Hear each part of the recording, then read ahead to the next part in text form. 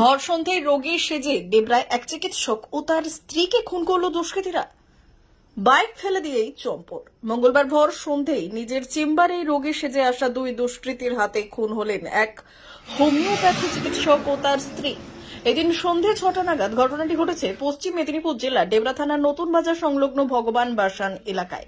পেশায় হোমিওপ্যাথি চিকিৎসক শেখ আলাউদ্দিন ও তার স্ত্রী হীরা বিবি খুন হন বলে স্থানীয় সূত্রে জানা গিয়েছে এদিন সন্ধ্যায় বাইকে করে দুই দুষ্কৃতী আসে জাতীয় সড়কের পাশেই শেখ আলাউদ্দিনের চেম্বারে।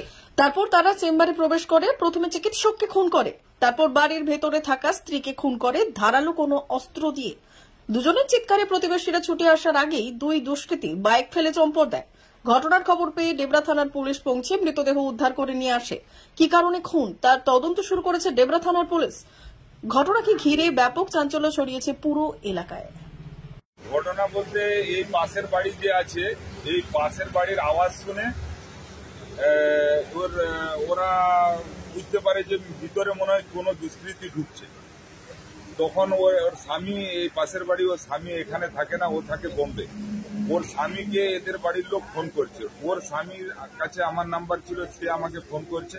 আমি দৌড়ে আসি, প্রথমে আমার স্টাফকে একজনকে আর আমি নিজে দুজনে আসি। এসে দেখি বাইরে একজন দাঁড়িয়ে আছে, ভিতরে কাউকে দেখতে পাইনি।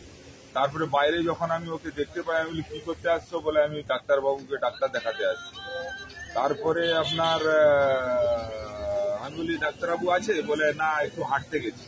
তখন ও বলে আমরা ডাক্তার দেখানো হয়ে গেছে, আমরা পালিয়ে যাব। তারপরে আমি বলি না, দাঁড়াও, ডাক্তারবাবুকে আমি ডাকো তো। বলে ভিতরে আছে ডাক্তারবাবু, আপনি ডেকে নেন।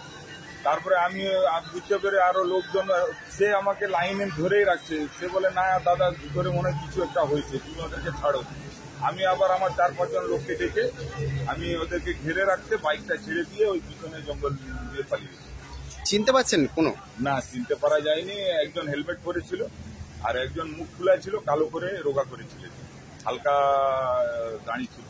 কোনো কি আগে থেকে কোনো কি তাদের কোনো ছিল, মানে কোনো ঈর্ষাগত কোনো ঘটনা ছিল যার জন্য কি ঘটনা? এটা আমি কি করে বলবো?